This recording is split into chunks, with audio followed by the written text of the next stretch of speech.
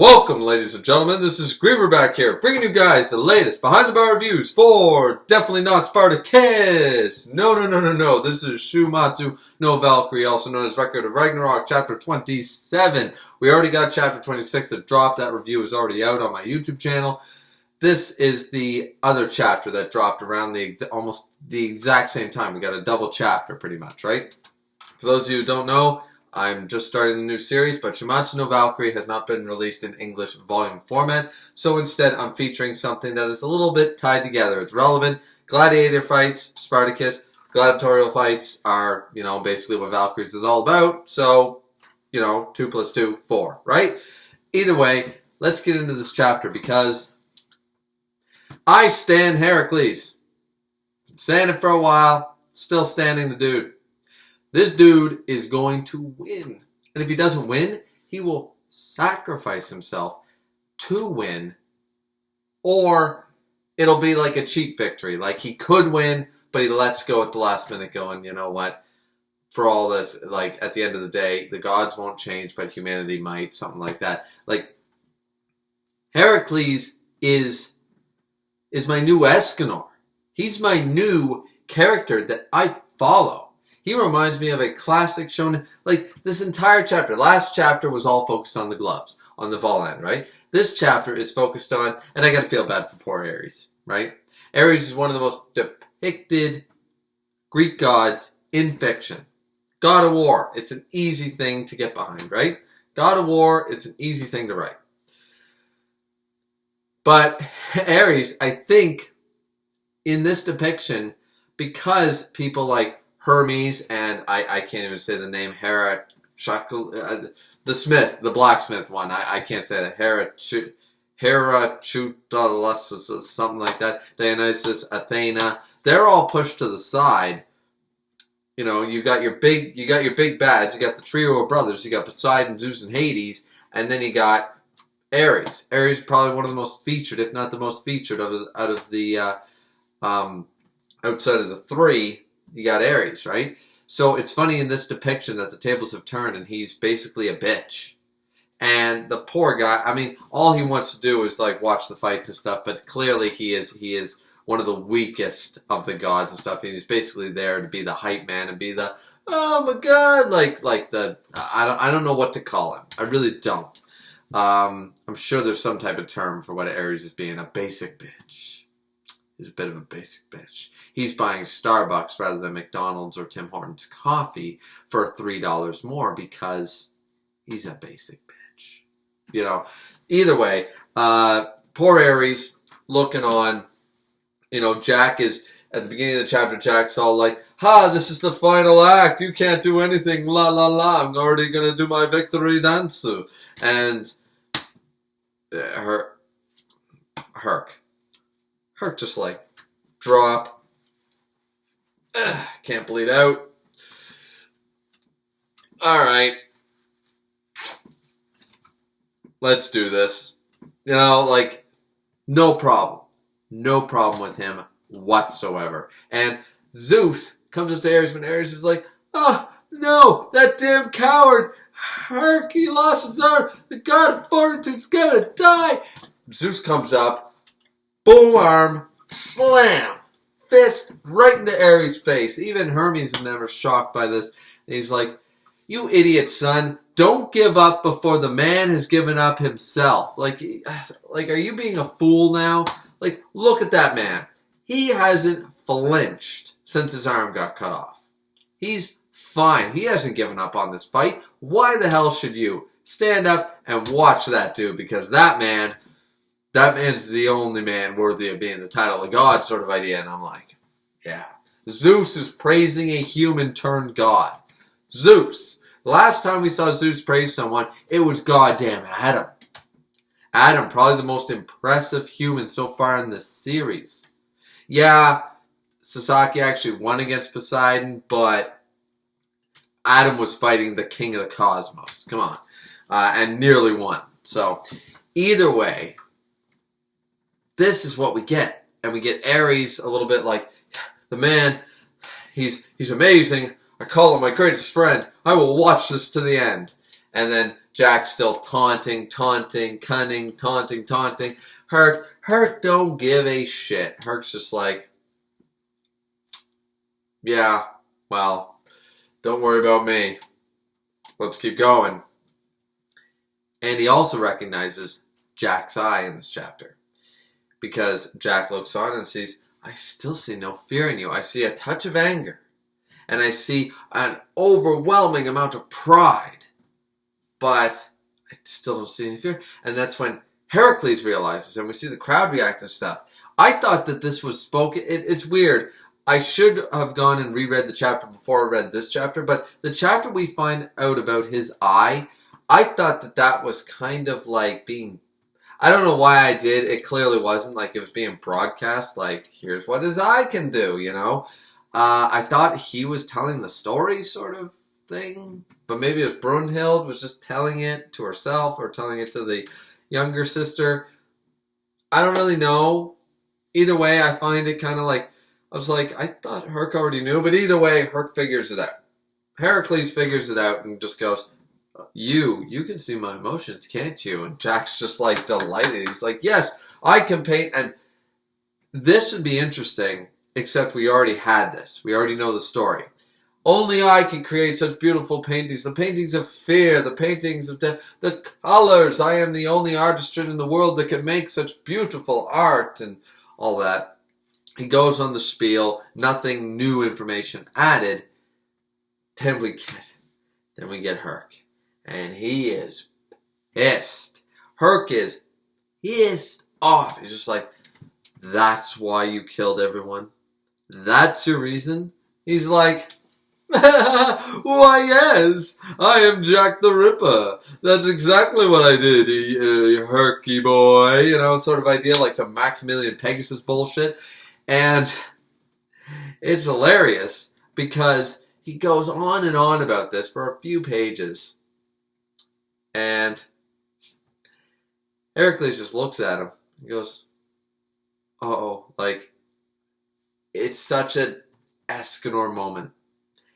It's not on the same level, but he basically says, when he was walking up to Estarossa, the same damn thing.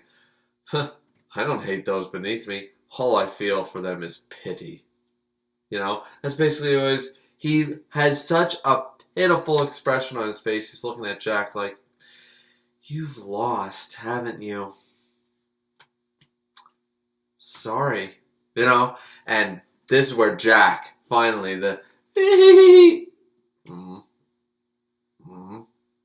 what did you say to me? Sort of like he drops the whole gleeful attitude and he's down back to being bloodthirsty serious. And that's when he says, what was it? You know, like, I've lost, you say. And then it's like, what was it?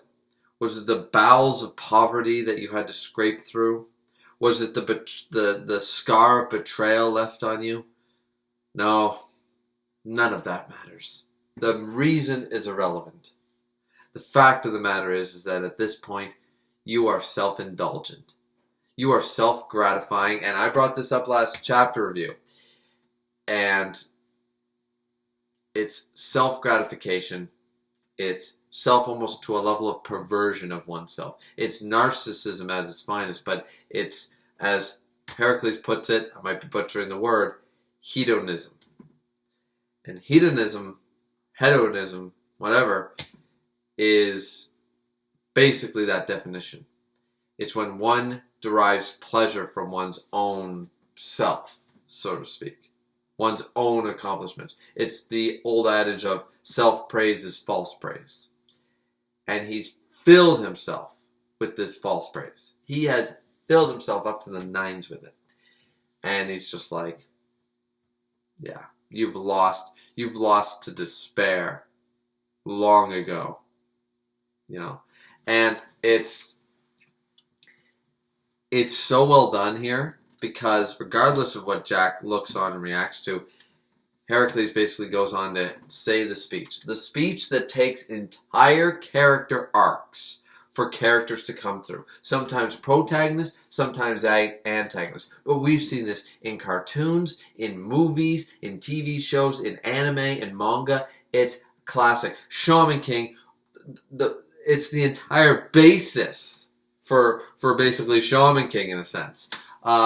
It's such a thing like this, the world might be rotten, the world might be bad, the world might be, but it's still worth protecting. The people, humanity might be ugly, and Hercules does the exact same thing. He says, yes, humans are treacherous, they're depraved, they're violent, they're disgusting, they're repulsive, they're traitorous, they're prideful. He basically lists every goddamn synonym for basically we are pieces of shit. You can't really fight that. He's got a good point. He makes about 28 points of words that basically sum up most human beings, and it can't really be disputed. But then he says at the end, but I still love humanity. And he's shining like a goddamn beacon. Praise the sun. Escanor's second coming right here in the form of Hercules. He's even got a lion club. Like, come on. And it's such a, as I said, like, it's in things like Gundam Seed, it's in Gundam Wing, it's in Pokemon, Digimon, Yu-Gi-Oh! It's in everything you can think of. One Piece, Bleach, My Hero Academia, I'm sure Naruto, if I would bother to remember. Toriko, is that there's always someone basically saying that humanity is disgusting. You know this to be true. They are the reason. They are the cancer of the world. It's been a popular thing for the last, 2 decades or more for people to basically say, that's the goal, and you can empathize with it, and you can get behind it. But then you have, it's like Death Note, same idea. It's like, yeah, but the world is still worth protecting. Human beings are still not, yes, they are all these things, but there's still good in them, and I still want to fight and protect humanity as a whole. Yes, we have our faults. Yes, there are a lot of problems. Yes, 90% of the, Thanos' entire thing from the Marvel Cinematic Universe. Get rid of half a life, then there won't be wars and infighting because there's not, the resources are okay, There are so many reasons because we're greedy, we're prideful, we're slothful, we're terrible creatures of creation. But he still loves us. He's still the son of a... I know they changed the backstory, but the son of the god. The son of God, which is what Hercules was. He was son of Zeus. It's what he's supposed to be in actual traditional Greek mythology. And Zeus being, of course, the depiction of the god back before Christianity became on the rise. This is... Yeah, this is some powerful stuff because it's classic to a point. It's almost classic because we've heard this spiel before of people agreeing that human beings are agreeing with the haters, agreeing with the antagonists. We've seen so many MCs agree and say, yeah, I don't care much for people either, but I still want to save them. People are still delightful. People are still, and he doesn't make it, he just does it short and sweet. Given all their faults, I still love humanity. And then Jack, with his painter's eye, which is what I've been calling it, with the painter's eye, sees through and goes, what is this color? What is this painting? What is this combination? I've seen this before. It's nostalgic. And I knew what it was. I knew it was coming. I wish I had called it because I kind of had a feeling that the whole mother's color, the love, would be brought up again. I don't believe I said it in any of the previous reviews, so that kind of sucks. But I've thought about this, and I'm so glad that they took it this direction, is that Jack himself is bombarded by the fact that he has to face his own fears. The fear of a color brighter than the color of fear. It's the color of love. Remember, he just wanted his mother's, the color of love back in his mother. He couldn't get it. Fear seemed to be the next, you seemed to be the next trip for him. But it's kind of like taking an alcoholic off of the booze for so long, giving him another drug, and then bringing him back to the booze. He's like, this scent, this taste, this feeling, the drunkenness. It's not a high. Being drunk and being high, they're different. It's a different feeling. It's nostalgic even. And then he's going to play on the nostalgic. See, the power of love is going to supersede the fear, the color of love is going to supersede the color of fear, and I feel like this is where the tide has finally turned for Hercules in this battle. And I stand him. I think Hercules is going to win or sacrifice himself for humanity's win at the end of the day. Nobody will be cheering for Jack, put it to you that way. I know a lot of people are saying Jack is going to win. Jack is going to win. If he wins, it'll be a W with an asterisk. That's all I'm saying. I don't think he's going to flat out win. I think there'll be some circumstances. I think like Hercules might win, then die after. It'll be a tie. He'll let Jack win for the sake of humanity. A lot of reasons. But end page, Hercules picks up his club and says, I will save you from your suffering. Because that's what he is. He's suffering. So, but Jack's bombarded by a feeling he hasn't felt since his mother, stopped loving him pretty much. He's seen full, unequated, unabashed, unconditional love. And he's seen that color and he realized, like, that color is even better. So, I'm conflicted on how this is going to go. I have no idea what Chapter 28 is going to bring. I think people are going to be pleasantly surprised when Hercules drops the bomb and finally he's like, all right, time to step it up a notch and he knows what the Volan is. He's prepared now. Hercules is going to be no slouch. We're going to see the people who have stand Hercules up to this point wait for Chapter 28. That's when we're going to see him on the rise. I feel it. I feel it in my bones, ladies and gentlemen. I'm hyped for the next chapter. Are you hyped? Like, comment, subscribe as always. This has been Griever with your Behind the Bar reviews for Valkyrie Chapter 27. Drink responsibly as always. Don't forget to join my Discord or hit the bell notification if you guys want to know every single time I drop a video on YouTube. Thanks guys so much for watching. We'll see you back here for Chapter 28.